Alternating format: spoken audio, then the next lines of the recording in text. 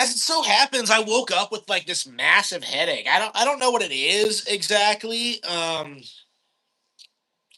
But yeah, I've just like I woke up at 10 and I've just kind of been like lying in bed playing with my phone. It's just like I don't know what I'm doing really. I don't know. Maybe I like worked out too much, or maybe I just like haven't been eating enough. I managed to eat some eggs and some bacon. I don't know. Maybe I'm sick. I don't know. Like every time I start losing weight, like this is what happens is that like I start feeling sick. So I guess I just need to have my body adjust so I can like handle losing weight. Because even like the slightest bit of weight, like weight loss, causes me to get this like serious headache, and I don't know what exactly is calling it. It's very obnoxious. I'm not sure entirely like what I'm gonna do to stop it. It's kind of embarrassing. Oh, hang on, I forgot to tweet out that I was streaming. It's like 2:30 right now, and I'm just like only just now starting at the live stream. I mean, I did like put out that Star Fox video earlier today. Haven't seen anybody talk about it. Haven't looked at it. Haven't seen how it's doing. I was kind of looking at my analytics, and I do think like the 15-minute long like daily videos are doing way better than like the multi-video like 8-minute approach. So I do think I do need to transition to like the 15-minute segments.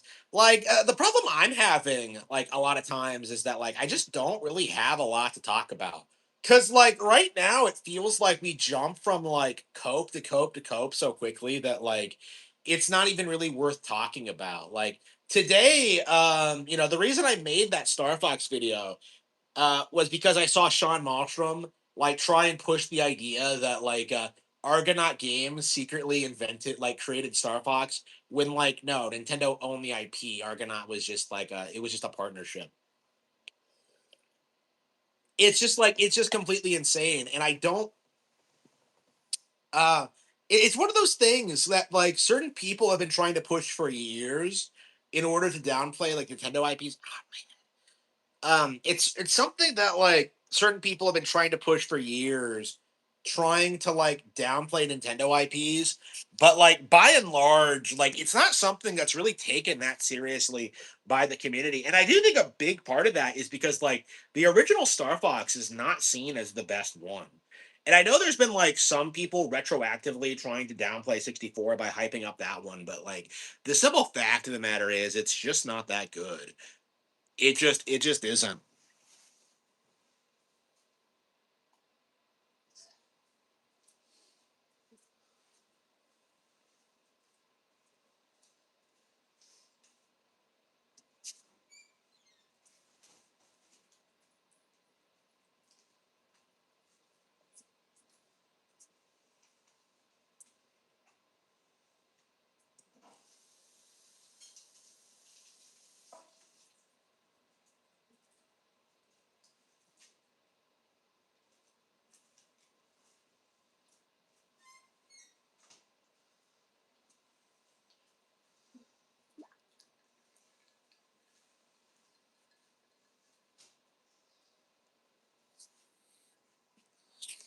Yeah, like right now we're kind of in this weird scenario in which like people are like freaking out. People are like spurging out about the stock prices for the Switch 2 right now. And it's just one of those things where like, bro, we saw this happen last time where like the stock prices dropped after the financial report. And this is typical. We've established this. Like what we're kind of seeing now is that like we're seeing Nintendo like not really pander to the shareholders, not really doing what they want. And you're having people like try and create this narrative that like there's some like power struggle at Nintendo, that the shareholders are like mad at them for not making enough money, and that's somehow gonna like screw over the games and like the company, and it just isn't gonna happen. Like it's just the reality of it. Like what you're seeing is just, I think, just the complete is just a complete cope. This was like this entire storyline was like pulled out of whole cloth by like Bloomberg, and we're only just now getting to the point where people are just understanding what's actually happening. Nintendo announced their stock buyback. The stock pricing is dipping, and they're buying back their stock at a reduced price. Like this isn't complicated, and in the long run, it's only going to give like shareholders even less power. But like shareholders are just they've never really had that big of an influence on the company, and people really do need to stop pretending like they do. I wonder if this is going to come up in like the actual shareholders meeting. I'm definitely interested in seeing what's going to happen there. What's going to happen with that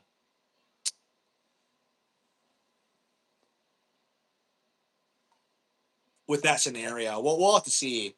We will have to see. But yeah, I think like all the other copes, it's gonna fall apart, right? Like the industry right now thinks like the price hike is gonna like negatively impact the Switch 2, and it's just not really. Like it's just gonna be one of those things where like the industry is gonna try and like weaponize it to downplay Nintendo, but they're gonna be ignoring like the simple reality of the fact that like the PS5 is still like double the price. It's like it's just impossible to take it seriously. Like honestly, at this stage, hello, Chris. At this stage, like what we're kind of seeing now is just kind of we're seeing people think that like Grand Theft Auto 6 is going to save like the video game industry. They think Grand Theft Auto 6 is going to put a stop to Nintendo, that it's going to stop the Switch 2. Like we're seeing like the industry just rally to try and like destroy Nintendo's credibility in the mainstream, and it just feels as if it's not going to happen at this point. It feels like what we're seeing now is that like everybody is just kind of coping and seething about like the reality of the Switch 2 success, because like the sales for games are going up. Star Fox is back, Donkey Kong's back, Mario Kart World is back. I believe Mario Kart World's already sold like Mario Kart 8 on Wii U. So I think World is going to go on to sell like significantly more than 8. Like what we're kind of seeing now is just like we're seeing people just making excuses to be upset at Nintendo right now. And I don't know how long it's gonna stick, honestly. Like again, so many of like the copes about Star Fox just don't make a whole lot of sense when you really think about it. Like when you see people complaining about it being a remake, or you complain about like the Argonaut thing, or you see them like crying about the tea was so hot the ice melted in it immediately. Like you see people like crying about this stuff. Like the end result is that like it just makes them look more and more ridiculous. Like it's very possible that like Star Fox is going to be like the best-selling title this summer, and that's a title that came from a franchise that hasn't had like a well-received entry since like the '90s. Okay, like Star Fox is back in full force, and the community just can't handle that. They can't handle the reality that something like Star Fox has endured the test of time better than Ratchet and Clank. Like the simple fact of the matter is Ratchet is completely and utterly irrelevant, while Star Fox is bigger than ever, and I think this only demonstrates that fact.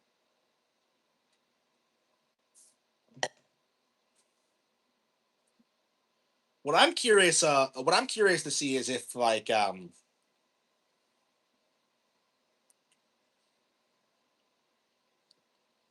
if the masses are gonna try and downplay Star Fox again.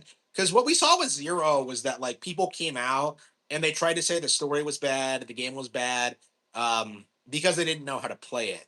And like I think the Switch one might be another example of just a game that's just like aggressively downplayed and ignored. Like Switch just feels like a game that's just Star Fox just feels like a game that like the industry wouldn't want to succeed, because like one of the things about Star Fox is that like the industry was really pushing this idea that Star Fox desperately needed to get away from the formula, that it desperately needed to get away from 64, that it needed to get away from rail shooters, and that it needed to be like Starlink, that it needed to be open world, and it just that just didn't happen. Instead, they like redesigned the characters and focused on like giving it more of a storyline, which I'm also kind of upset about because I don't think Star Fox needed a more of a story, but I don't know. We'll see if they nail it or not.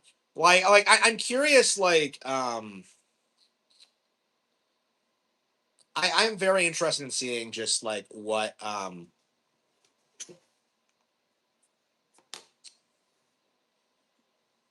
just what we see out of the community. I'm very interested in seeing how people downplay this, downplay Raiders, downplay Yoshi. I think the Yoshi damage control is already in full force, but like I think getting sandwiched in between like Star Fox and like Mario Tennis. I just feel as if like Yoshi is gonna do very, very well, and like the people aren't gonna be able to damage control it the way they did with Mario Tennis Fever. I left the heat on. My head. How? Yeah, honestly, like I put off the podcast for as long as possible because like I could not get over my headache again. Like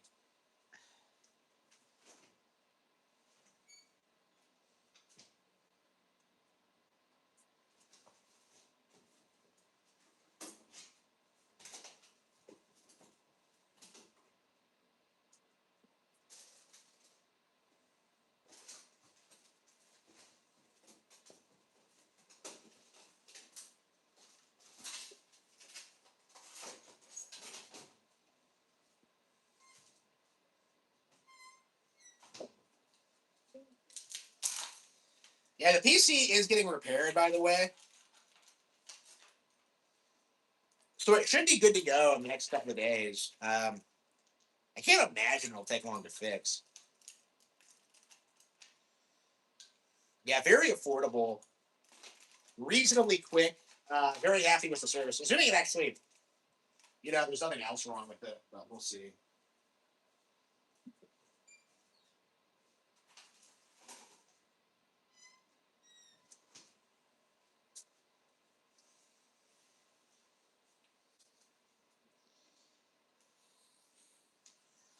Yeah, I don't think there is, but like we'll have to see. And like once I get it back, I'll be able to start like producing YouTube shorts again. I'm gonna start like clipping more Kino Casino stuff for sure. Cause I noticed that was actually like a pretty high performing video this month. Like that Review Tech USA clip I did, it actually did fairly well. So yeah, I think I do need to start like doing more stuff like that. Um yeah, I was kind of against the idea of like clipping channels, but like I'm kind of desperate to like expand my channel as fast as possible. So I do think I need to start doing that. Unfortunately, it's unfortunate, but like it's just the fact of of the matter of where I'm at right now is that like I'm just not like a notable personality like quartering like Kino Casino like Ethan Ralph even like I just never like tried to push myself out in that sphere, and I don't regret doing that at all. But it's like at the same time, it's like. That was where the money was, and if I'm going to be making money online, I do need to start thinking about like covering that stuff more consistently, and doing a better job of that. But yeah, yeah, the tweet, yeah, yeah. I was actually, yeah, like this is the kind of thing I would cover if I had my PC, so I could like show you a screenshot. So like I was actually like I saw Sean Malmstrom release that statement saying that like, oh yeah, like Nintendo ripped off Star Fox from Argonaut, which is a complete and total lie. I've talked about this earlier. So like, I actually started like wondering like, okay, how many people are actually buying this crap? Okay, because like whenever this comes up, it always like it's an all roads lead to Rome situation where like you type it into Google and typically you get like a Sean Malmstrom blog or typically you get like you know some bullshit article or whatever that's like unverified. But like, I did that for The Legend of Zelda, and like I ended up on a Wikipedia article, and it was about like the history of Zelda and stuff like that. And like in it, it specifically said that Zelda was inspired by Ultima and Black Onyx. And I was just like, I'm gonna press exit out on this. So I actually look at the article, and I look at it, and I find it like buried in like one of the sub articles, um, and like it's just one sentence making the assertion that the Legend of Zelda was influenced by Black Onyx and Ultima, and there is no citation, there is no source. Like I know there is a source because I've looked. Okay, there is no fucking source for this. So so like you have like one sentence claiming that like Zelda was secretly influenced by Black Onyx and Ultima, when like the actual influences are pretty commonly known. Like classic fantasy literature, exploring like outdoors. Zelda had a lot of the same inspirations as a lot of this stuff. Like that's not the same thing as like being influenced by it, like oh yeah, Zelda. Like the way these guys make it sound as if like Miyamoto and the boys were in their basement, like basing Zelda off their D&D campaigns, when like that's just very very obviously not true. Like again, it's just a method of like trying to create the illusion that like Zelda is less influential than it actually is. Okay, like this is like the narrative with like these old school PC gamers right now, is that they want to try and tell you Black Onyx or like Ultima or Wizardry or like these are way more influential than like Zelda or Dragon Quest when it comes to the industry at large, and it's very obviously not true because the vast majority of players didn't play those games. Okay, like Yuji Horii did, for Dragon Quest. Like I think very specifically, Dragon Quest was like meant to be like a Japan, like a more streamlined version of Ultima and Wizardry. But it was like Dragon Quest that exploded, and like all these RPGs, all these Japanese very RPGs are very deliberately trying to are very deliberately influenced by Dragon Quest specifically. And of course, Zelda is its own thing, like based off like the same fantasy concept. So like, it's more accurate to say that Japanese developers were influenced by Dragon Quest and not by like these Western games that nobody had ever heard of. It's gotten out of hand, honestly. That like how people like insist that like Nintendo and other Japanese creators are just stealing from superior Western ones, and it's just like, what video game IP do you like? What video game IP from the West has like had the success and relevancy of like Zelda? Okay, like what Ultima game have you played in the past 30 years?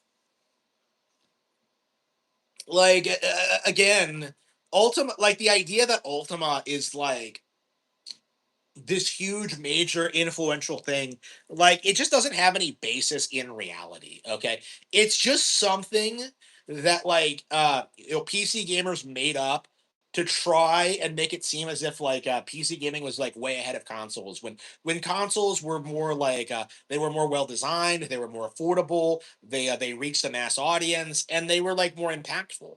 Like you don't see anybody going back and playing old like 80s RPGs, but like plenty of people still play Super Mario Bros. And Zelda. Like, I was playing those games recently. Hello, hello, hello. Clownfish? Wait, what? Quartering? Wait, they're slap about what? Clownfish is already putting out their slop about what? About the stock price thing? Yeah. Like Clownfish just have no credibility.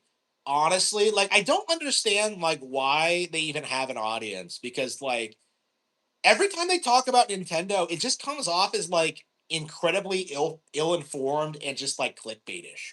You know what I mean? Like most people do this thing where they were like spurging out about Switch not having enough hardcore games and not having enough games at launch. Like Clownfish TV comes out, and what they tried to do was that they tried to say that like Switch wasn't doing enough for families, and it was something that like I just had like a chuckle at, because like what gaming company is doing more for families than Nintendo? That just doesn't make any sense. Like, honestly, and, like, I think a lot of people really don't understand this. Like, the Switch 1 is still very, very viable. And like the Switch 2 has been designed to like, coexist with the Switch 1. So like for a lot of families, like you don't necessarily need a Switch 2. You don't necessarily need the new games.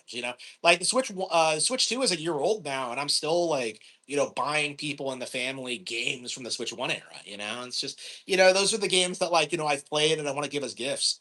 I don't think anybody else in the family has a Switch 2 yet, so.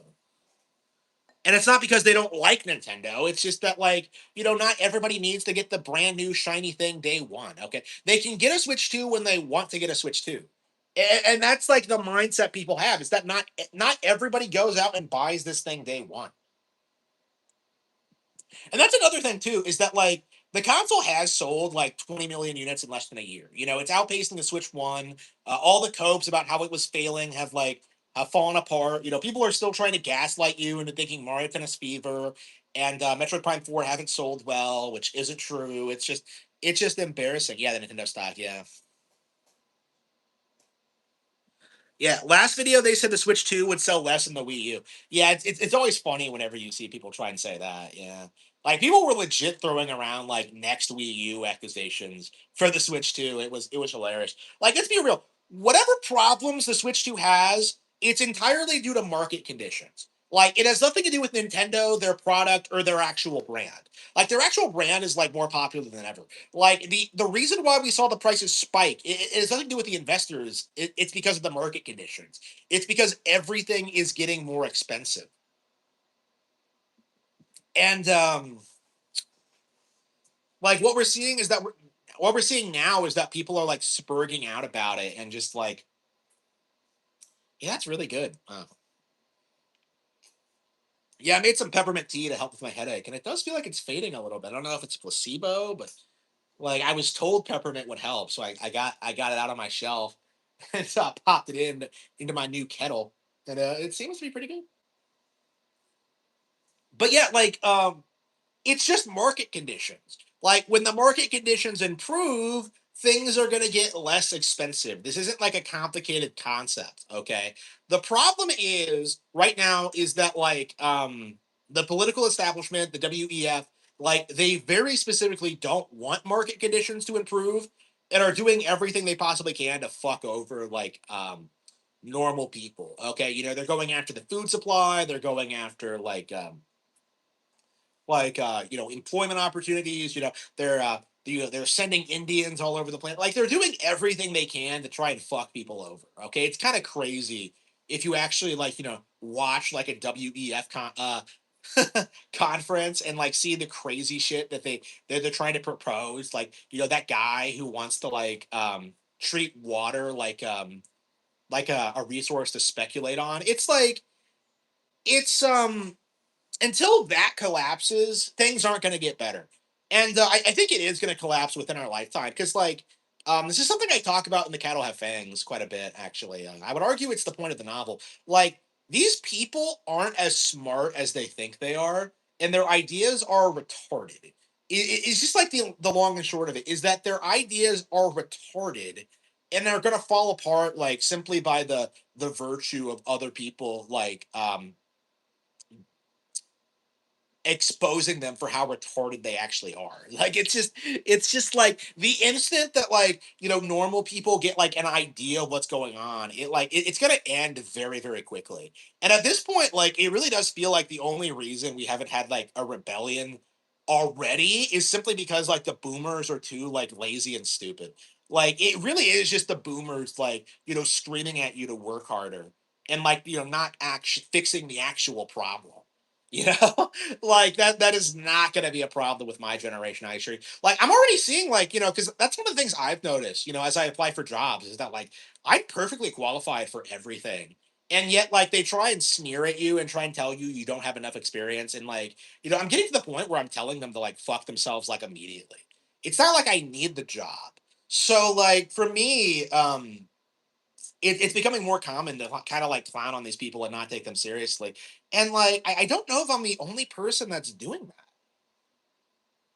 Like, I feel like more and more, as you see more and more people like become self-employed, homeschool their kids, like have strong family units, like the entire thing is just going to collapse. Okay.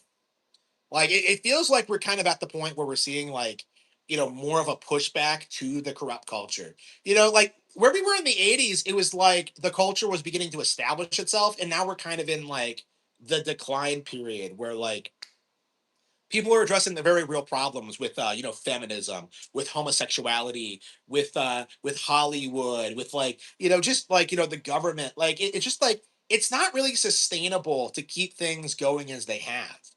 And like, the boomers, like their entire mentality hinges on this idea that like, well, it doesn't affect me, even though it totally fucking does, like, you know, like one of the big reasons I hate my parents so much is because they didn't do anything for me growing up. They didn't spend the money that they did have to give me an education, to put me in a career that I would enjoy, to let me have like a happy, fulfilling life. Like they just told me to like figure it out yourself, and then I did, and then they started begging me for money. It's like, no, you have to take care of. No, I don't. No, I fucking don't. Like, so again, you're gonna see more people like you're gonna see like more situations like that. I think where it's like the entire thing is gonna collapse. Like I've heard in schools like kids are straight up refusing to take part of like the mandatory like pride events or whatever that they've been trying to usher in. If this is happening in liberal areas, that's gonna be a huge culture shift. Like that's gonna be a huge culture shift. If you have people in like liberal areas like fighting back against the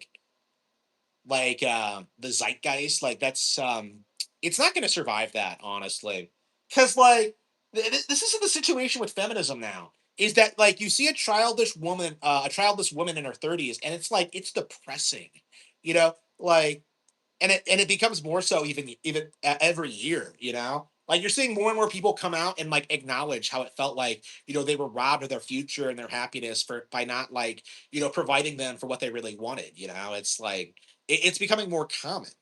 And I feel like in a lot of ways women are going to rediscover traditional values, like, and they're already kind of getting clowned on for it. But again, this is the end result of like pushing so much degeneracy, is that people are now realizing how important the traditions actually were, and like we're kind of going back to that period, and like there isn't really going to be any going back.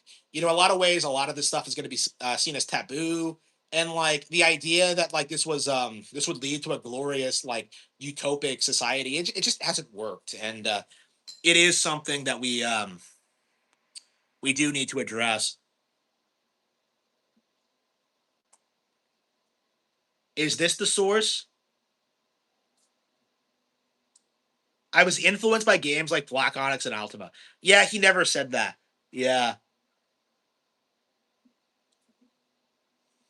Yeah, typically people cite an interview that Miyamoto was in where like Ultima was brought up, and it's like it's always the interviewer who addressed it, and then Miyamoto just doesn't really like talk about that at all. Like one of the big things in the early 90s was this idea that like Zelda was an RPG, which it isn't. And Miyamoto was like very adamant about that, was that like it was his own genre. Like, Zelda was never intended to be an RPG. And yet, like, a lot of people wanted to label it as an RPG so they could say it was a shittier RPG than something like Ultima or Dragon Quest, right?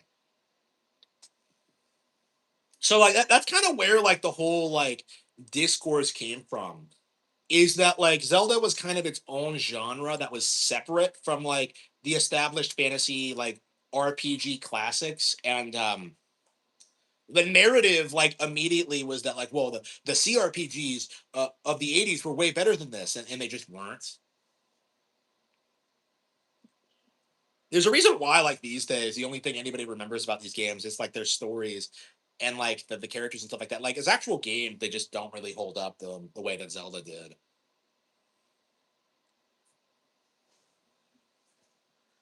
Yeah, I feel a little bit better after having the tea. Wow, that's very nice. A little bit. Yeah, I'll probably lie back down after the stream, unfortunately, and play around on Twitter some more. Um,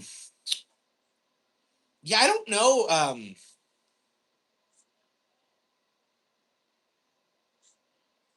Yeah, like what we're seeing now with the community is that like we're seeing like these grifters like push this idea that like the stock price matters, that like the price of the console matters, that like sales numbers matter, and it's just not really true, honestly. Because the Switch 2 is still more affordable than the competition. It's offering games at a lower price point than the competition, and like the entire like gaming establishment is just kind of like they're just kind of like trying to do damage control because they know that if the Switch 2 is like considered a success, like immediately after the Switch 1 became the highest selling console ever made, like their entire grift just collapses. Cause like, for the past couple of generations, they've always done this thing where they're just like, oh yeah, Nintendo can never have two successful console generations in a row. Like, because the narrative was always that like Nintendo success stories were always flukes and it was always coasting by nostalgia and they were never really like that popular or successful, and that like the real icons were like Street Fighter or like Resident Evil or like PlayStation exclusives or whatever. And it's just like it's just kind of jarring to see like just how none of that is actually true. Like it's just like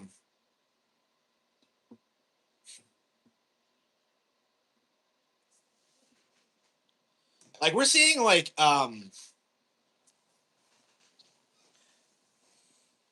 basically what we're seeing is that like a bunch of people who have spent like 20 years downplaying Nintendo, hating Nintendo, not playing Nintendo games, like they're just very very upset at how well the Switch 2 is doing. Like like when you see someone like Max Dude, right, who is not a Star Fox fan, has never played, who does not care about Star Fox, who has never talked about Star Fox, who immediately does a Star Fox direct reaction like day and date to try and like downplay it. Like you really get a sense for like how desperate these people actually are. You know what I mean? Like you really get a sense of like, whenever these people try and say the Switch 2 has no games, like you really get this sense that like there's not really anything that they would be interested in, because like at their core these people just aren't interested in video games, and that's just the problem with like most of these grifters, is that like how many times do these people actually talk about like Nintendo games that they like, you know what I mean? Like if you say that like Nintendo doesn't produce anything you're interested in, like it just kind of exposes you as a poser, I think.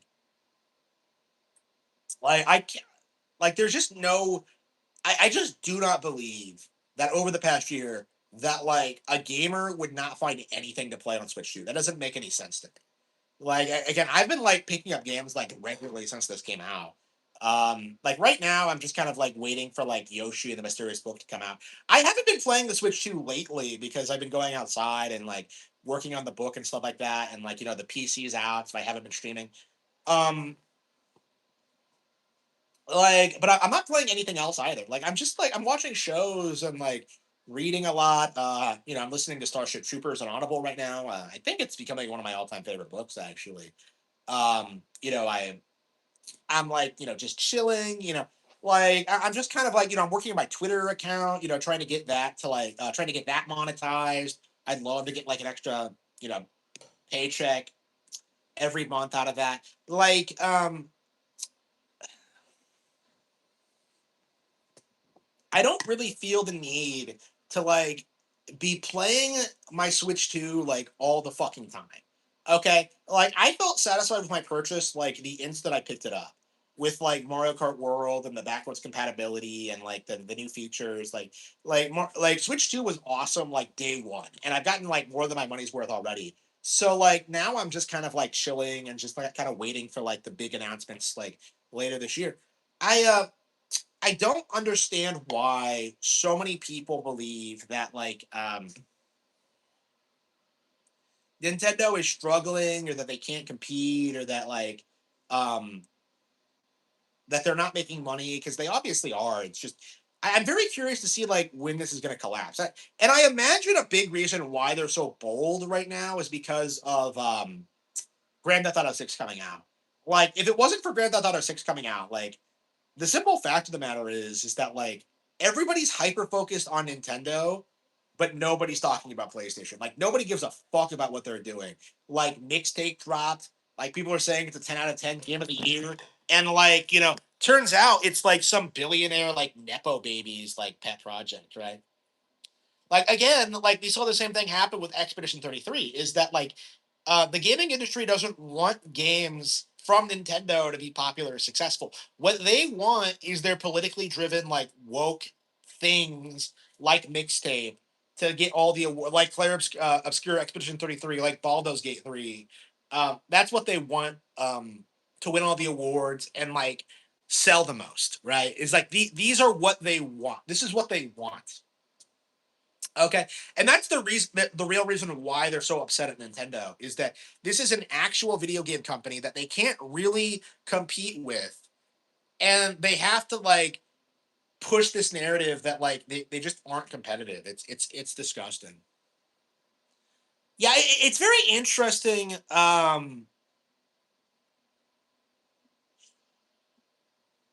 It's interesting how like the narrative right now. Okay, so over the past like decade or so, we've been seeing this happen. Okay, we've seen these flavor of the month games. We've seen Undertale. We've seen Disco Elysium. We've seen Celeste. We've seen like FNAF. Right, like we've seen all of these games come out, become relatively huge franchises in some cases. None of them compete. None of them compete with Nintendo. Okay, like I remember that like when Celeste came out, people were trying to say it was like the best 2D platformer ever made, and in the end, I never even played it, right? Because I kind of saw through it immediately as like a Tumblr game for trains. Okay. And what happened with Celeste? The industry like worshipped it. They sold it as like the greatest thing ever, one of the best platformers ever made. They were hyping up the sequel, and then it was just canceled, and now nobody remembers it. Like same with Disco Elysium, right? The company was acquired by evil capitalists, and they're putting out a sequel, and now nobody cares about it. Like this is like the end result of like the indie game scene, right? Is if like the original creators are kicked from the project, immediately the fans will lose interest and they'll like just pick up something else. Like this is why like indie games are never ever ever going to become successful, because like they have to keep away from like actual AAA bullshit, and the original creators have to stay involved in the process. If they hand it off to anybody else or try to pawn off the work, like what ends up happening is that the entire project just collapses. Like, and I don't think anybody like has the drive and the skill to like maintain an indie brand for like 40 years to like be bigger and more iconic than Star Fox. It's just not going to happen. Like it just isn't going to happen. You're seeing that a lot now with Star Fox. Like one of the big copes right now is this idea that like the indie game, like Wild Blue Horizons, is going to like eclipse Star Fox in relevancy, and we've seen very very quickly that that's not going to happen. Because I remember hearing about this game like years ago. I remember people shilling it like, oh, it's coming from like one of the original Star Fox creators. It was going to be like the big classic Star Fox game. It was supposed to be the like Star Fox knockoff of like Wario Land or like Earthbound. It was supposed to be like the indie game equivalent of that. It was supposed to be this huge deal, and then like the real thing comes out and immediately like buries it in like pre-orders alone. Like this is bad timing for them. But I think this kind of cements why like these indie games are never going to compete. Like we saw this with Silk Song, right? Because immediately when it came out, like people tried pushing this idea that it was way better than any Metroid game, which first of all was not true. But second of all, like we saw with Prime 4 that like Prime 4 was doing things that like the Silk Song devs like couldn't even dream of doing with like the 3D models and the environments and like the crazy boss fights and stuff like that. Like Silk Song was just not as good as Metroid Prime 4. And like it wasn't just competing with Prime 4, it was also competing with Dread, it was also competing with like the entire Metroid legacy. Like even if Silk Song was better than Metroid, it was just one game and it would have like, been replaced by like the end of the month. And actually that's what happened. Silk Song just didn't remain relevant after the initial hype period. Like nobody cares about that game anymore because it was such a disappointment.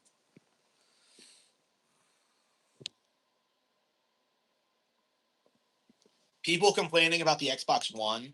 Well, the Xbox is like a dead brand. You don't see anybody like talking about it unless it's trying to shill the new CEO and trying to like shill Game Pass. Like Xbox is pretty much a dead brand at this point.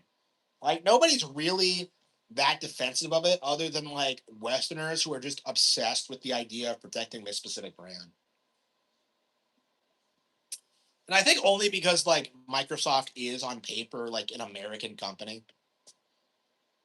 And I do think people need to like kind of stop that mindset. Honestly, I would say Microsoft's probably like an Indian company now, and Sony is more of an American company than Microsoft is, because like they relocated to California, and I believe they do have a white CEO. So yeah, PlayStation is more of an American company than Xbox is at this point, and that's not a good thing. That's not a compliment, but like, yeah, yeah, Xbox is Indian, PlayStation is American, and Nintendo is Japanese, and of course Nintendo's the best for me. But yeah, like yeah, we keep seeing like tech companies saying they're gonna replace people with AI.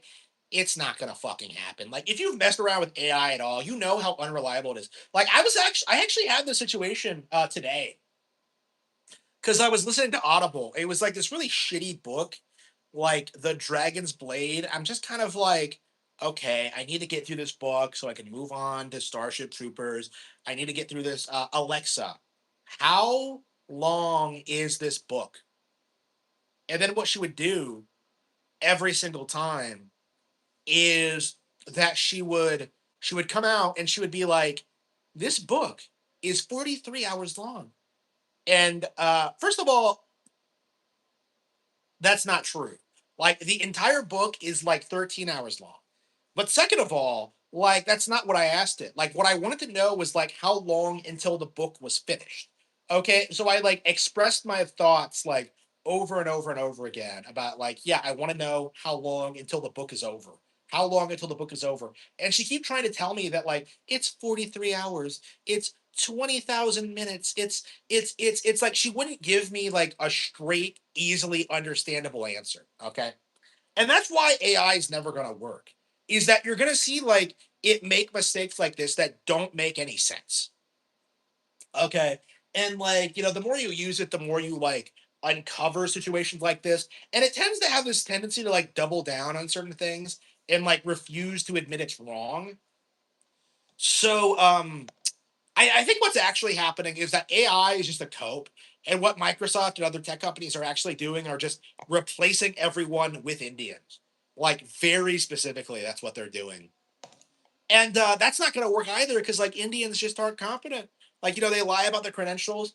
Like, I don't know. Companies really need to get out of this mindset where they have to, like, pay everyone, like, as little as possible. It's just not going to work out for them in the long run. Like, not at all. And we're seeing that like firsthand. I'm curious, like one of the things I've been wondering, like, is China actually in a better position than the rest of the world right now? Because I don't believe they're taking Indians. I don't believe they use Indians for like their their jobs. Like I don't know if they hire like domestically. I don't know. But like my 3D printer is Chinese made, I believe, and I was just kind of like, this is pretty fucking sick and pretty advanced, man. Like, we'll have to see. I don't know. I mean, like the Indian thing, it's just doomed to failure. Like nobody likes them. Nobody wants to be around them. They're not good workers. That's very obvious if you spend any of my time with them. Like these tech companies are just fucked. Like they are completely fucked. Like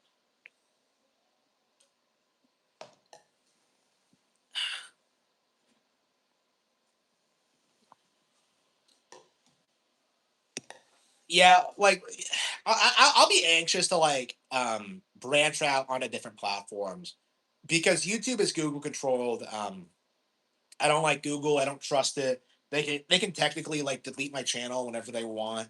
I'm kind of shocked they haven't done it already because that there are people like reporting everything I do all the time just because I like Nintendo, right? Like it just feels like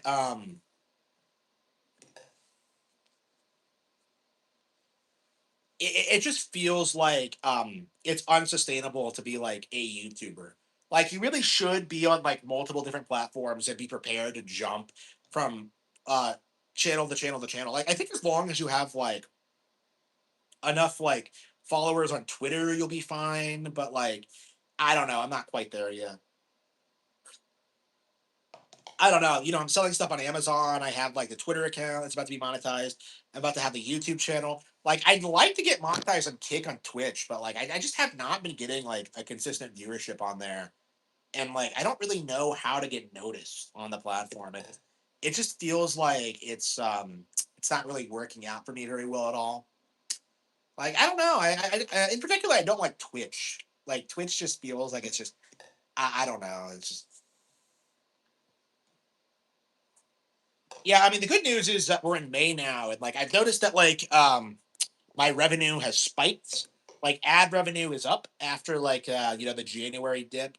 So like yeah, I'm making more money on YouTube again.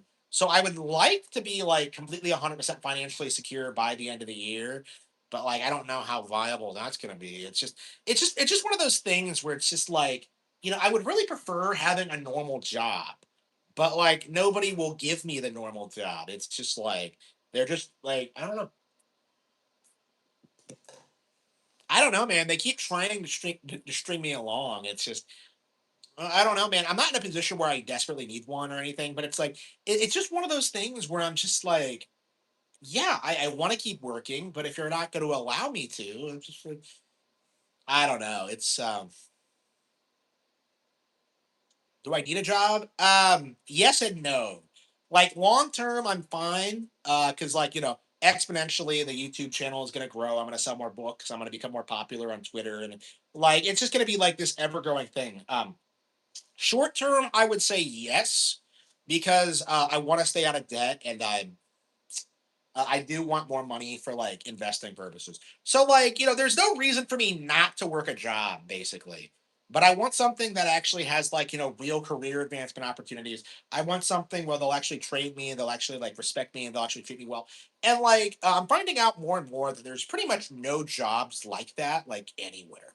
It's like because I have the money to get the training, I have the money to do whatever they want me to do, and they just will not like even give me the opportunity. Like they won't even like allow it. It's embarrassing. And I'm not alone in saying this, but like yeah, I've said this like a lot, but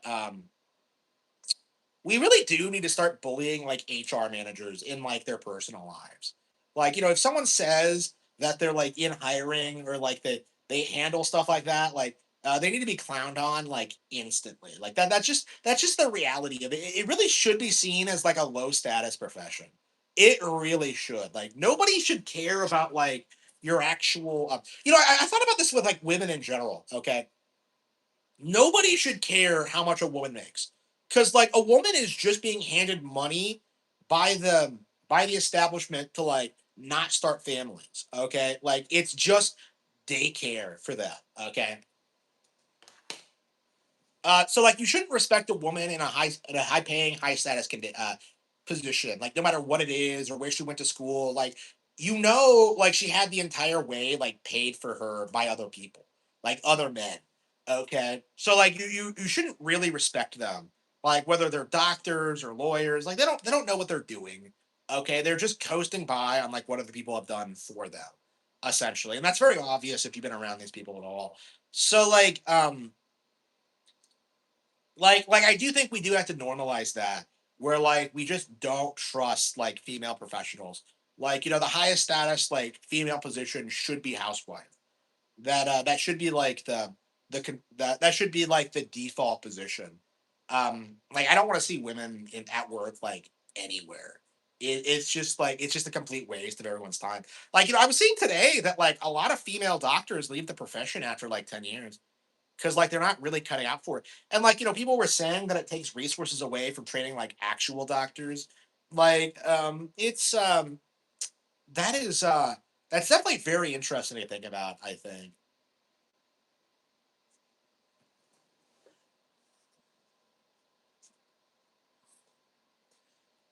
is required by civil rights not to hire rights. Yeah, yeah. So like it's a systemic thing. Yeah, yeah. They have to do it. Otherwise, like people will come after them, and like understanding that is like very, very important if we're gonna like disassemble that. Like,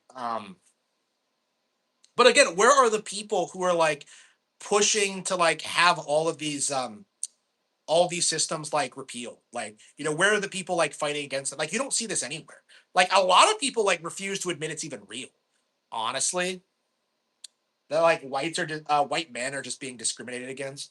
Like, even if they like vastly outperform white women, like it's very noticeable. And I'm very curious, like how long it's going to take until people start like addressing this. Because I can tell you, like, not a single person like gave me any kind of guidance or help or like put me like where I needed to be. Like, not a single person did that.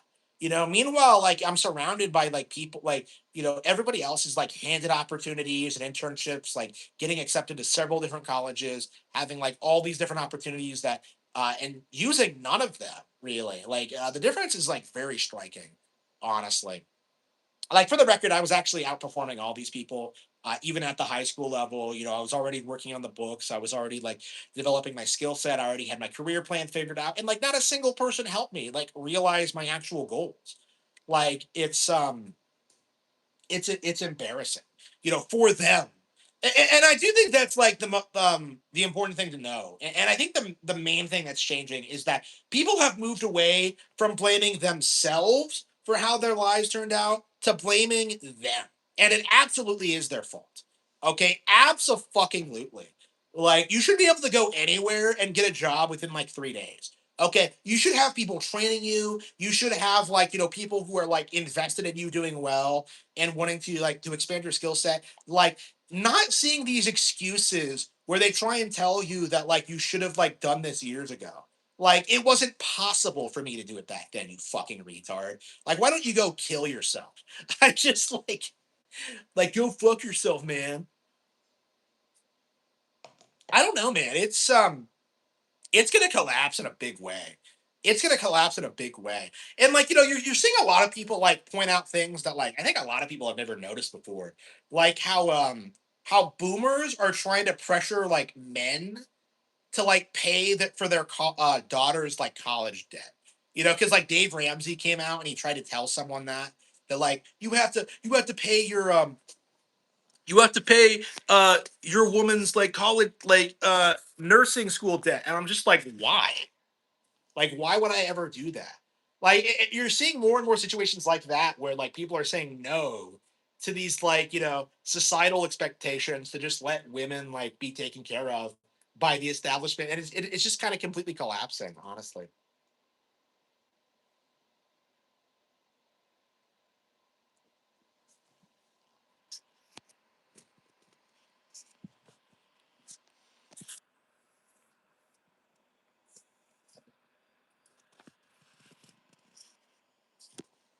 Yeah, I have not gotten the chance to play Mysterious Book yet. Unfortunately, I have not gotten down to Target. I don't know if I like. I don't like going to retail. Okay, I don't want to shop there. I don't want to see anybody there. It's just like, yeah, retail is just depressing. Like seeing like the Pokemon card scalper people just like being who they are and just like seeing the diversity there. It's just depressing. I want retail to go out of business. Like I get everything like shipped to me like from elsewhere, so I don't really need to shop retail ever. But it's like embarrassing how like the general population are yeah, GameStop. Oh man, yeah. All of my problems basically like started with the GameStop employees. Okay, like going in there and like having them like try and sell you on their stupid memberships on like Game Informers, like trying to steer you towards like pre-ordering like bullshit like AAA games on PlayStation 360. It was a nightmare, and like it was a big reason why I like grew to hate the gaming journalists so much, like the gaming industry so much, is that like you really see what's actually happening. Like the reason why people have this warped idea of like how successful Nintendo is because of companies like GameStop pushing this idea that Nintendo was like somehow a lesser brand. Okay, because I remember during the Wii U era, you would go in there and they would have all the stuff like shoved in the corner Like it was like Sony and Microsoft were paying for all this floor space, and like Nintendo didn't do that, so they would shove like everything in the corner, and like it was just like it was just ridiculous. It was just absurd. And like I think eventually, GameStop's been struggling lately. Like they're saying now that they're gonna buy eBay or something, and I'm just like, I'm not sure how exactly they would do that because they've been a failing business for years. Like I never see anybody there when I go. Like GameStop's a fucking joke.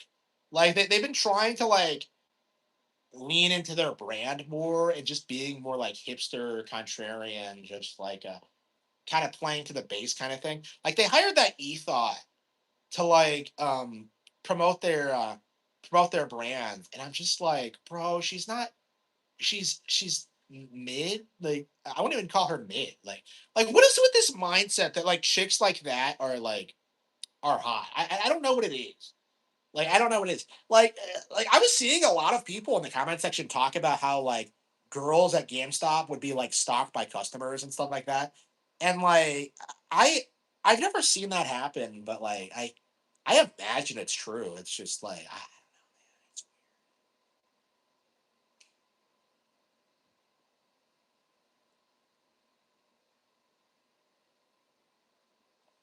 yeah, there have been so many times where I would go to GameStop and I would just be like furious by something they try to do for me.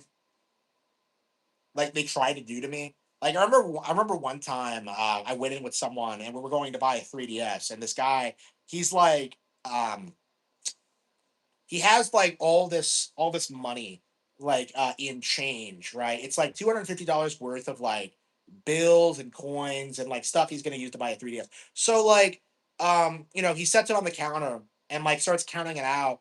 And like the guy at the counter like actually gets mad at us for like not having like actual bills. Like for not having like, a card or something. And I'm just like,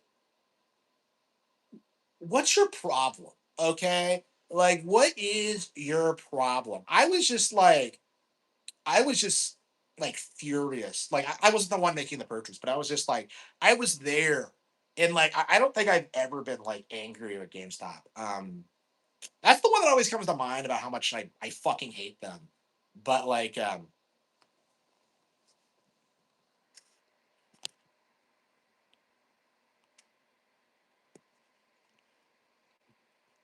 e girls are ugly. They are. It's like, it's weird how like they're like there are random girls in the street, like in my area, which by the way is not a good area, that are like hotter than like any of these e-chicks. Like fucking Pokemon ain't shit. Like GameStop girl isn't shit. Like Melanie Mac isn't shit. Like I don't understand like why people like simp over them. Like I don't get it. Like like talk to a real girl. Like what's so hard about it? Like I don't get it. Like I'm autistic and I talk to girls. Like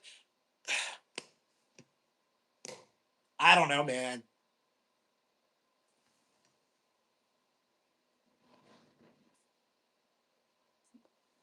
Emo girls are fake. I have never been with one. I don't think.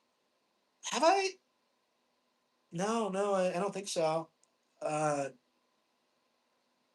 yeah, I wouldn't call. Yeah, yeah, I wouldn't. Yeah, never seen. Yeah, I don't think I've seen one since like high school. Actually, like where'd they all go? Like I was wondering. I was just like, wait a minute, where did they all go? I used to see these people everywhere, and now they're just gone. They're just gone.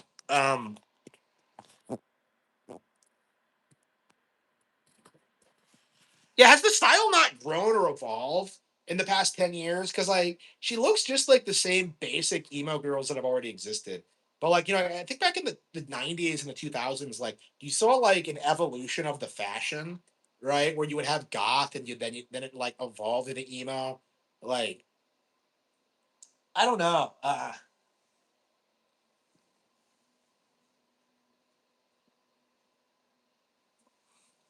Yeah, I've never really been around one. Because I was playing tennis in high school. It is not a thing in the tennis community. Like you're never gonna catch a tennis girl. Oh yeah, that's right. Oh, would she have been emo though? Hmm. Yeah, because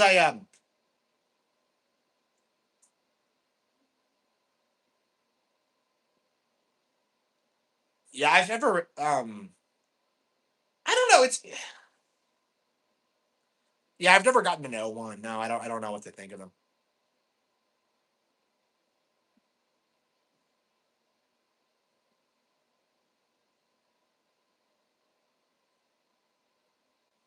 Yeah, I don't know how I would classify the subculture of people I was around because I wouldn't call them emo. Is like my thing because I think of emo and I think of a very specific look. I guess I don't know what I would call them, like grungy or whatever. I don't know. Hey, I don't think about labels, man. I think about the individual.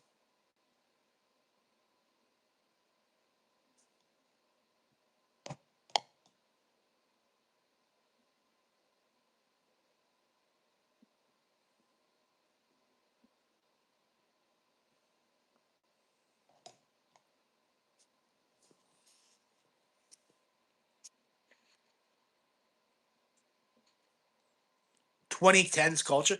Dudes who yeah, I was actually at the library and like a bunch of kids came in and I was walking out and like I heard like the girls like say they were trolling somebody and I was just kind of like, is that a fucking thing now where they say they're like trolling people in like real life? Because like that's an internet term and it's weird that it's like kind of made its way into like mainstream like kid culture. I was kind of surprised because I've never heard anyone say that like trolling is like a real like a real life thing, you know, like an actual term that kids use. I've never heard that before. Yeah, the kids in my family feel like they're still in the '90s. Like Tony Hawk did a 900, yeah, in '97. Like I just like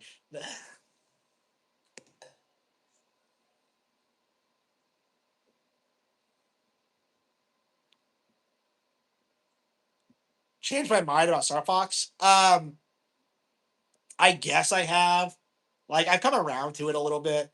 Um, I don't like crackhead Cat though. I will say like the more I see Cat, the more I kind of hate her. Like they really fucked up the character. Like I, I don't know, man. That seems like a DEI change of like not letting like the girl character be feminine. That's a I think that's automatic like an automatic DEI ding, honestly.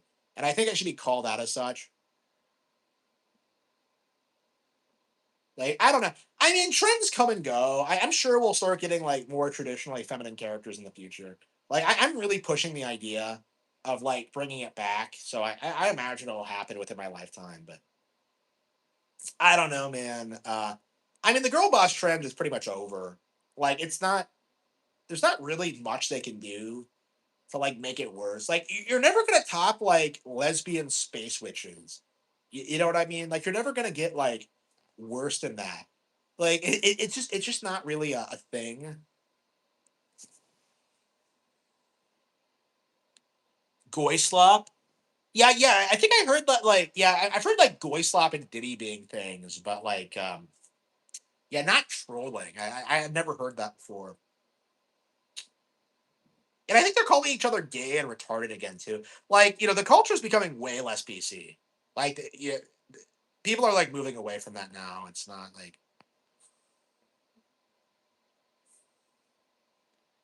Zoomer and younger women are rejecting hag propaganda. Yes, absolutely. That is becoming very apparent. Cause like I've noticed younger women in my area are like way more feminine and way like nicer than like millennials were. Like it's been like a very noticeable cultural shift. Yeah. Like for a while there, I thought it was just because like, typical like, having money dynamics, but no, they're genuinely really nice people. Like it's way different than like when I was in school because like everybody was shit when I was in school. Like everybody was shit. Like there wasn't a single person who was like nice to me really.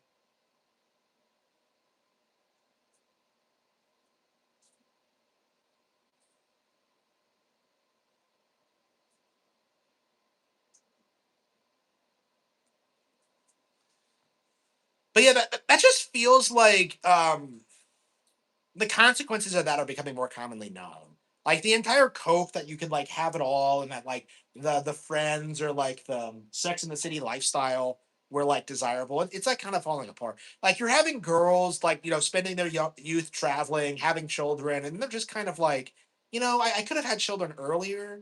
It's like it doesn't make any sense. Why the fuck would you travel before you have kids? Like you can travel like after you have kids and after you get your life in order. Like you're just wasting your time and money, doing that. And I think people are realizing that it doesn't make a whole lot of sense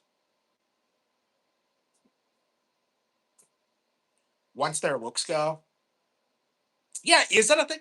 Yeah, you don't see a lot of people talk about that. Like women getting replaced once like they age out. Cause like you're seeing like young 20, 30 women getting hired, but not like yeah, you don't really see a lot of older women. Yeah, that is a good point.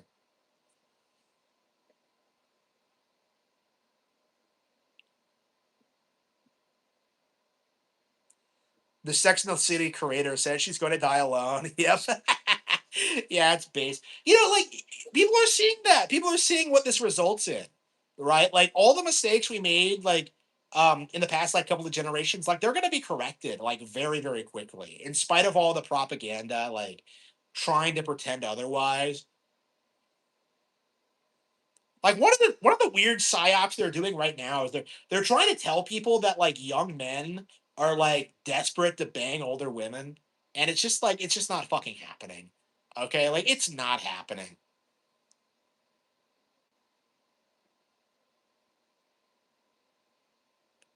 Ba ba ba ba bum bum ba ba ba ba ba ba ba ba ba ba ba bum.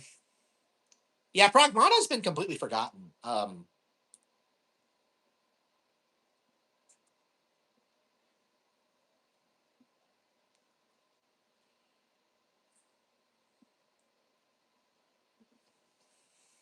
Yeah, the thing about the hag maxing psyop is that like it's like one of the first psyops I was able to see that I was like able to recognize as a psyop, because that's not a thing that's happening like anywhere. If anything, you're seeing the exact opposite happening, where like people like me are just kind of like, yeah, if you're a woman over 25, like there's something wrong. Like unmarried woman over 25, like there's something wrong with you. Like obviously that's like a red flag now. Like that's like the reality of it, and like everybody says that, and yet like we're being told by these people that like, well, actually all these older women are banging all these hot guys. Like it's not happening. It's not fucking happening.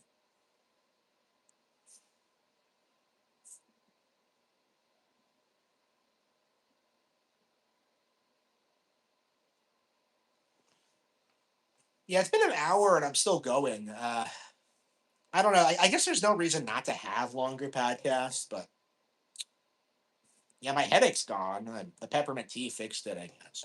I might have another glass just to guarantee it's fixed. But yeah, I can't believe it's that late. I have not like I feel like I haven't done a whole lot today. I mean, once I get going, I'm gonna like spend some time working on the book. I think I'll spend all of today doing that, and then I'll probably.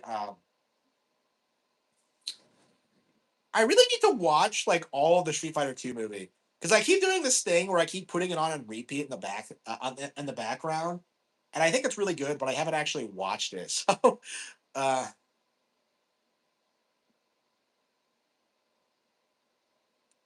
yeah, I'm trying to watch like more stuff, and I keep jumping back and forth between things. Like I've watched Kill Blue, I've watched like all sorts of things. Yeah, TMNT, like, and I just can't stick with any of it. It's just like I had this weird like ADHD thing where I cannot watch a single episode of everything, and I suppose it's just because of like being overly stimulated with like online stuff. I think I do need to like weed myself off that and start watching movies again, because I saw that like article a while back about how like film students can't sit through film, and I think a big reason for that is because like so many people are just like addicted to their phones and just like cycling through things. Because I do that with YouTube videos a lot, where I just click through things and don't watch them. It's just like film isn't. It's more disposable than it used to be, and it's not like I don't know. Like sitting and paying attention to something for like 2 hours is just it's just not something I would do really. Like I'll have to retrain my brain to do it.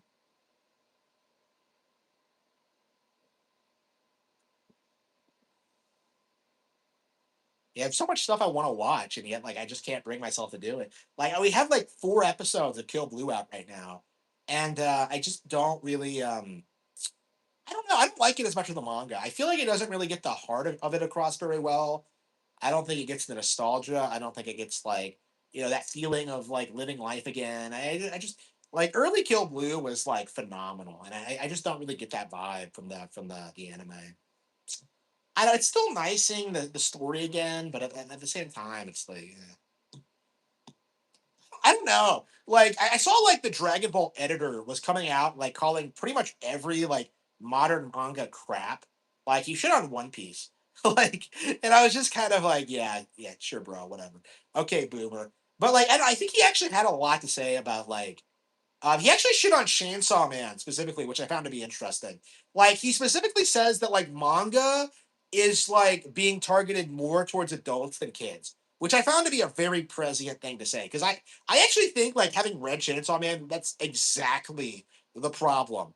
Is that like you're seeing series like Spy Family and Kill Blue and Chainsaw Man that are like more geared towards like adult audiences and like they aren't actually like made for kids, like they're made for like Disney adults, basically. Uh,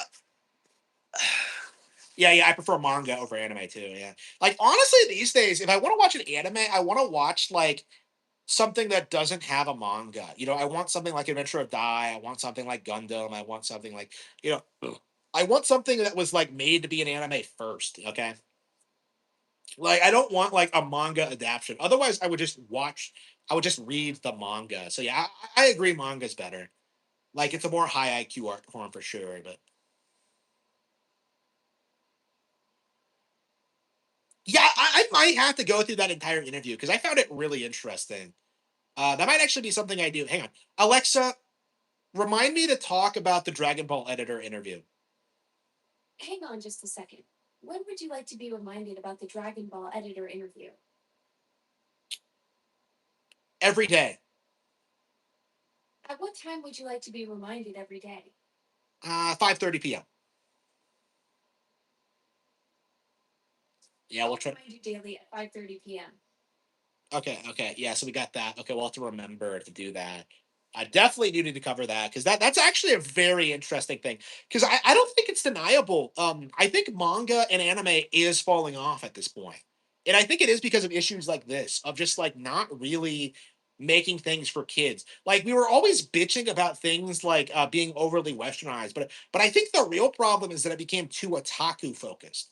Like if you think about it, like because I was actually thinking about this morning, like anime started falling off around the point that they started being more about otaku and having like sexy female characters and like having fan service than actually producing like good animation and good stories.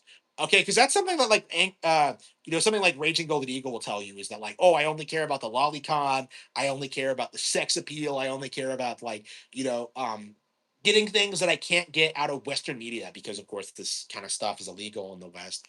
Um, like like to me it feels as if these kind of people don't understand like what made anime appealing. What made it good is that they were able to like come up with like fun original ideas. They were able to be innovative, they were able to be exciting, they were able to be like like they were able to do things. Like I fell in love with anime because of stuff like Rock Lee versus Gara or like Zatch Bell or like Pokemon, Yu-Gi-Oh, like, stuff like that. Like, it wasn't because of like sexy female characters. You know what I mean?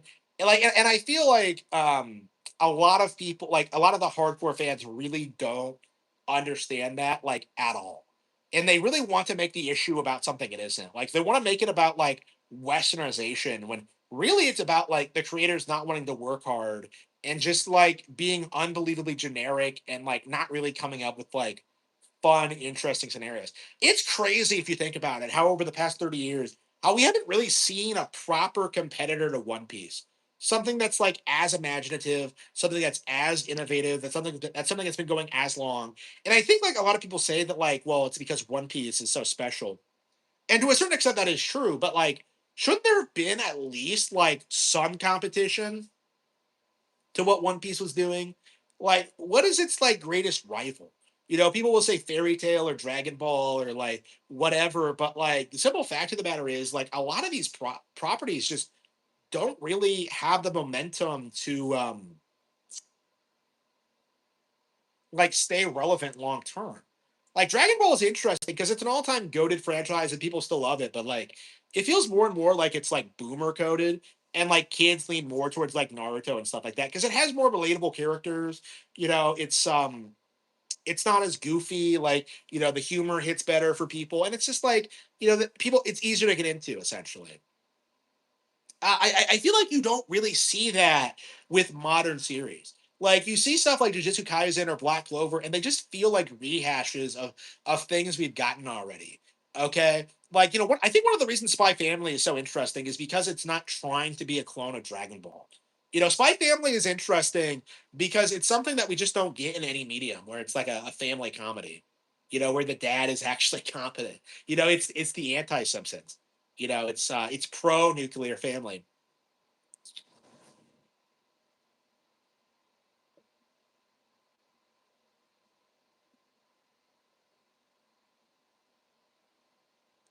The only thing bigger than One Piece is Pokemon. Yeah, yeah. One Piece is huge.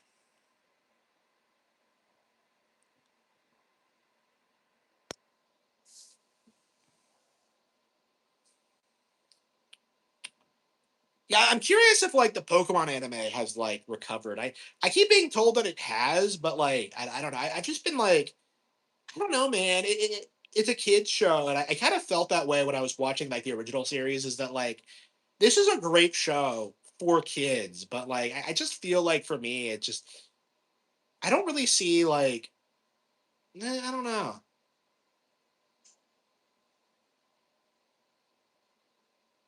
I don't know. Every time I do sit and watch it, I really, really enjoy it. But I don't know. It's just one of those things where I probably do need to just move on.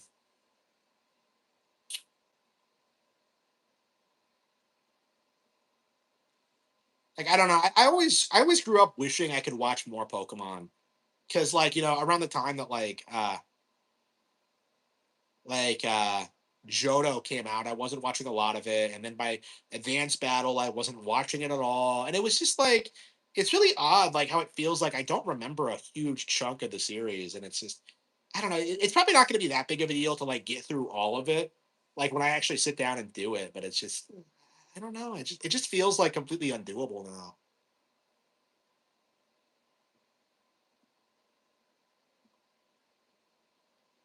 If they had Ash beat the Elite Four in season one, it didn't have to happen in season one, right?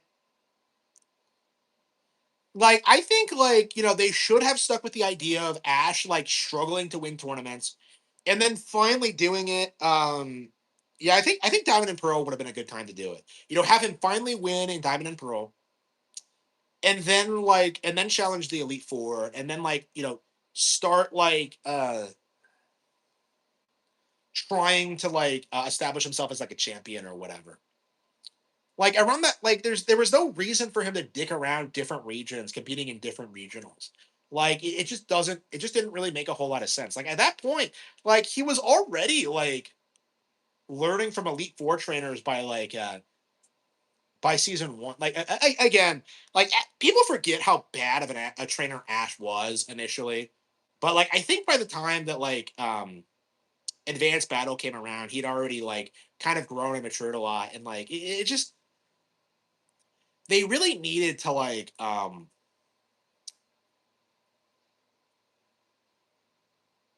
they really needed to like figure out what to do with the character aside from having him like lose all the time.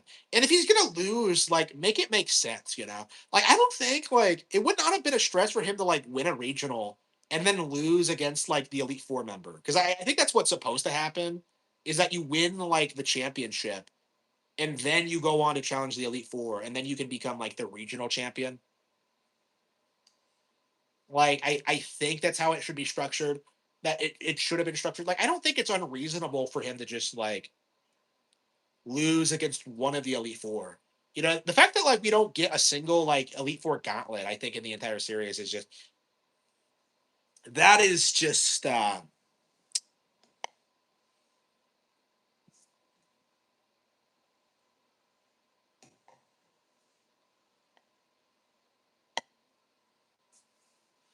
yeah, I don't know. Personally, like maybe they should have gone with like the ensemble cast thing. Because like that's what I felt like when I watched Chronicles was that like it felt like the I was way more attached to like the side characters than like Ash himself. Because like, you know, you follow like, you know, Richie, you get like, you know, Oak and like Ash's mom, and you get like, you know, all those Misty episodes. It's like in a lot of ways, I feel like that's when I started like falling out of love with Pokemon, was just kind of seeing like Pokemon Chronicles and seeing how like all these other how much better all these characters were like without Ash like weighing them down. Like Ash is a really interesting character because like he's a really good self-insert character in the sense where he's deeply flawed, but like you relate to him anyway. But like as an adult, it just he just comes off like retarded and like not likable at all. Like I don't know. It's very interesting. I can't decide on whether the character is like brilliant or not. I suppose he must be, but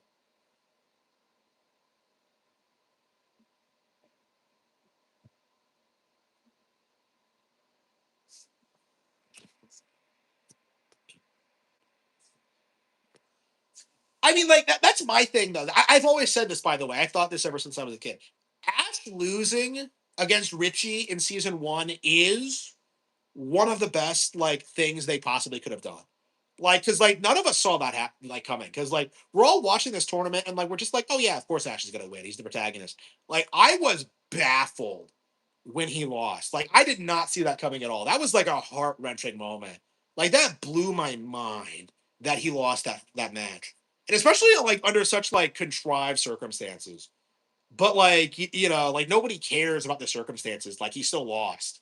Okay, and he didn't try to like make excuses for it, and like he just accepted it. It was like it was a great moment. Like honestly, that's one of my that's actually like my favorite TV moment of all time.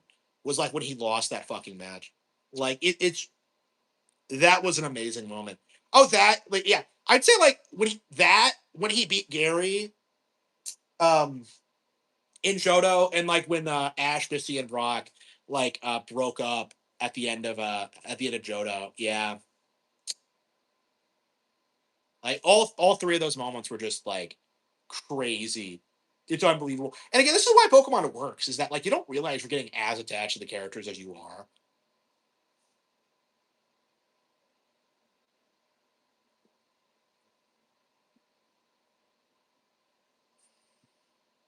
Yeah, I've never seen another show like have that dynamic where like they're arguing all the time. Like I think Pokemon might be like the best example of that like I've ever seen in my life. Yeah, Misty, like, yeah, it's interesting because like Misty like fights with Ash all the time, but she doesn't come off as unlikable. You know, it's way different than like the modern girl boss and how she does things. Because like Misty is right in like most arguments, right? Because she's older and she like knows more about Pokemon.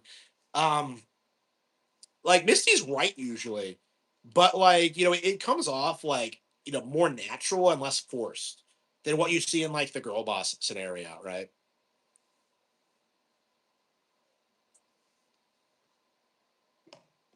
Yeah, I probably should call it quits. It's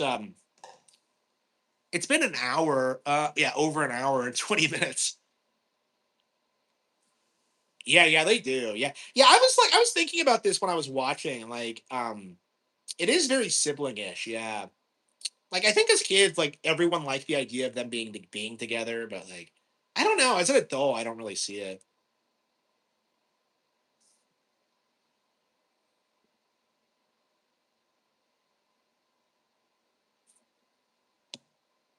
Yeah, I mean, this is what makes Pokemon a great, like, show, is that, like, it really does a great job of, like, creating the setting where, like, kids can go out and have agency and have fun adventures and, like, you know, make new friends and, like, you know, it's a very interesting wish fulfillment in that way because, like, it does a really good job of being grounded and yet fantastic at the same time.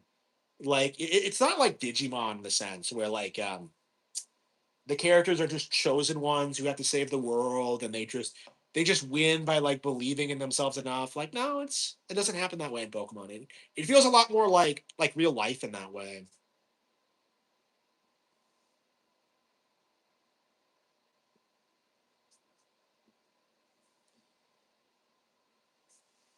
My favorite Nintendo generation, probably the Wii and DS, probably.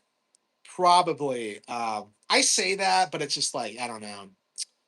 I haven't played a lot of Wii in recent years. It's just one of those things where I just feel like I mean I guess over the past like 5 years I've just been kind of like playing through all these Super Nintendo games over and over again. Um, I imagine I'll be playing more GameCube as these games come out in NSO. So we'll have to see like what happens. But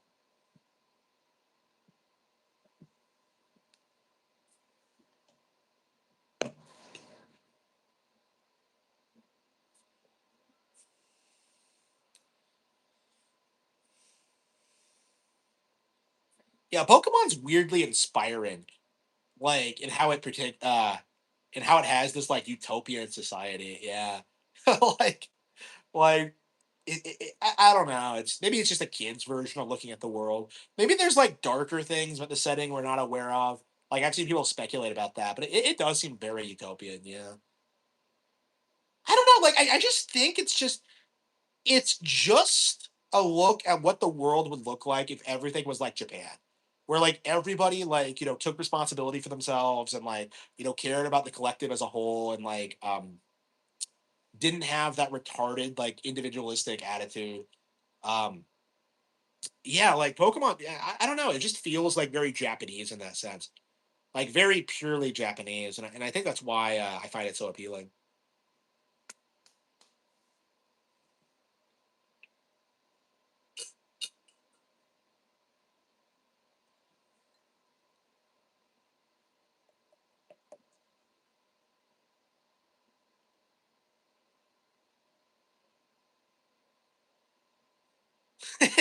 Yeah, I love the video telephones. I remember seeing that for the first time and just being like, "This is sick." You mean you can actually see who you're talking to? Yeah, it's just like yeah, Pokemon's just so good at coming up with like things like that like adults probably wouldn't think anything of, but kids think are like mind blowing. It's like, yeah, I really need to like get through the original series. I'm on like the Sabrina arc. I think they're going to like the tower next. But yeah, I just haven't like taken the time to watch it. Like I keep telling myself that like, oh, I'm gonna watch an episode every day, and I just haven't done it. I don't know. It's just, I don't know. Getting into Pokemon as an adult just seems weird, especially when you know like how it goes, how it just keeps continuing like forever, and it's just like, honestly, like I think I would be happy just watching like the first 5 seasons over and over again, like with just like Ash, Misty, and Brock.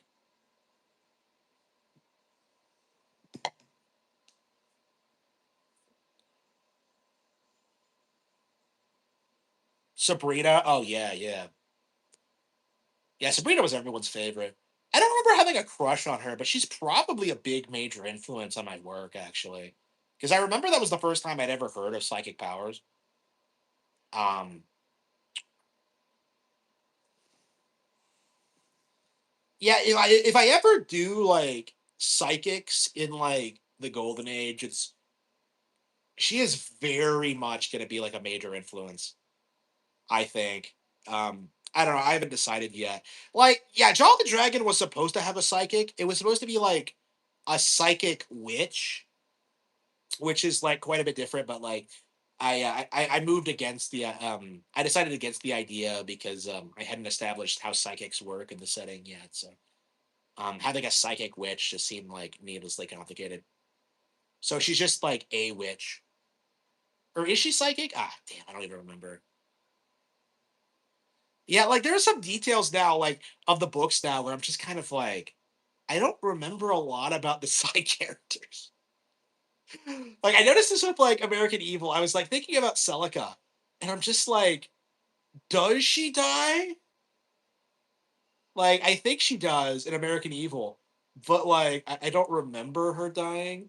I don't remember how she dies.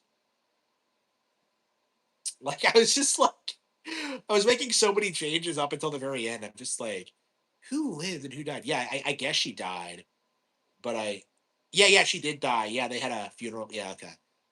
Like I'm just like, I don't know, man. Writing that book was forever ago. You can't expect me to remember everything about it. Did I say Celica or is it Celia? I don't even remember her name. I think it is Celia. Fuck.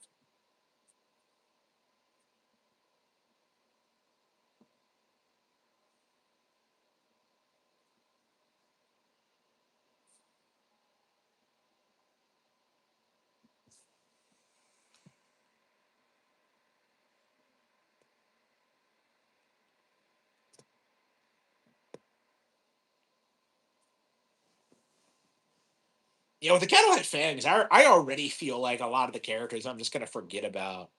Like, because I usually like giving characters plot lines and like ideas, but like long term plans and like backgrounds and stuff like that. And like for the Cadillac Fangs, that just didn't happen because I feel like a lot of the characters need to have like a little bit of an intrigue. So like, yeah, I don't know. I just yeah, that's one of my problems with the Cattle Have Fangs is that like it just feels like a lot of what happens in it isn't going to be like that big of a deal like long term. I don't know. We'll see. We'll see. Um, like that's starting to change as I like finish up the novel, but I'm definitely kind of concerned about that at this point.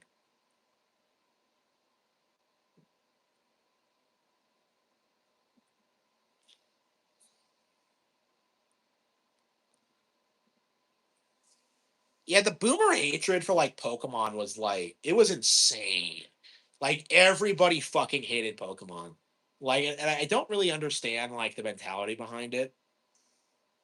Because like with something like Fortnite, it made sense because Fortnite was like always a fad. It was always exploitive. It was always stupid, and it's falling off. And like even the people who grew up playing it are just like, yeah, this was fucking bullshit. Like Pokemon was like actually a high quality brand. So I don't. Yeah, I probably should. I probably should call it quits. I've been talking too long. Yeah, so I'm gonna go dark. I'm gonna charge my phone. I'm probably gonna take a shower. I'm probably gonna go out. I'm probably gonna work on the book a little bit. I'm gonna think about like finishing it soon. Hopefully, we get some.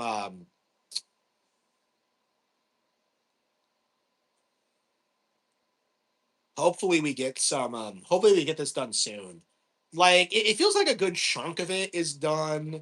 Like I don't think there are like some sections of it that I definitely don't think I want to change, but there are also others that are like awful. So like we're gonna have to see. I might just end up like editing these like other sections over and over and over again. We'll see. But like yeah, thank you all for tuning in. Be sure to like donate to my Patreon. Be sure to send me some super chats. Be sure to like support my books. Be sure to like become members and get member exclusive content that I haven't been uploading lately, but we're gonna try and figure that out. Yeah, yeah, members, let me know what you want to see for exclusive content. I don't know if we're gonna get like member exclusive streams or what, but like we do need to figure out like a good like member and Patreon like support strategy. So yeah, thank you all for your support, and I will see you all next time. Thank you.